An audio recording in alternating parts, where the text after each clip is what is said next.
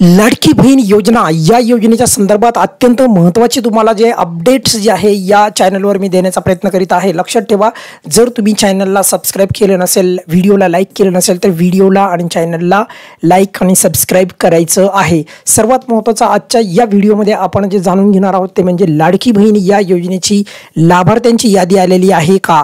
तर बघा, तुम्हाला बरेचशा ठिकाणी जे आहे लाभार्थ्यांची यादी आली अशा प्रकारच्या न्यूज मिळत असतील, पण लक्षात ठेवा आपल्या या चॅनलवर एकदम तुम्हाला प्रामाणिक माहिती सांगण्याचा प्रयत्न करीत असतो। त्यामुळे पहिल्यांदाच तुम्हाला स्पष्ट उत्तर देऊन टाकतो की लाडकी बहीण या योजनेच्या लाभार्थ्यांची यादी आलेली नाही। आता तुम्हाला हे क्लिअर झालं असेल की बघा, तुम्हाला विनाकारण जे आहे लाभार्थ्यांची यादी आली वगैरे वगैरे या आता भानगडीत पडायची गरज नाही।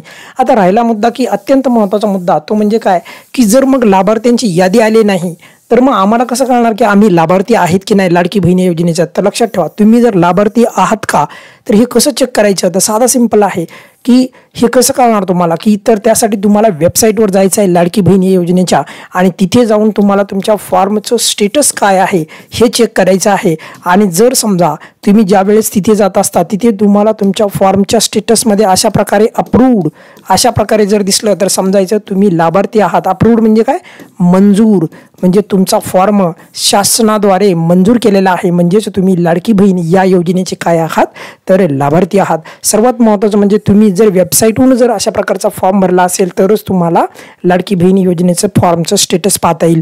नारी शक्ती ॲपहून जर भरला असेल तर तुम्हाला सध्या तुर्तास जे आहे तशा प्रकारचं स्टेटस पाहता येणार नाही। तर अशा लोकांनी जे अंगणवाडी सेविकेकडे जे आहे त्या ताईकडे मदत घ्यायची आहे आणि त्यांच्याद्वारे देखील तुम्ही तुमचा फॉर्म हा त्या फॉर्मचं स्टेटस जे आहे ते पाहू शकता। क्लिअर, तुर्तास लक्षात ठेवा, वितरण जे आहे वितरण सुरू झाल्याच्या नंतर तुम्ही खास करून अंगणवाडी सेविकेकडे जायचं आहे आणि त्यांची मदत घ्यायची आहे।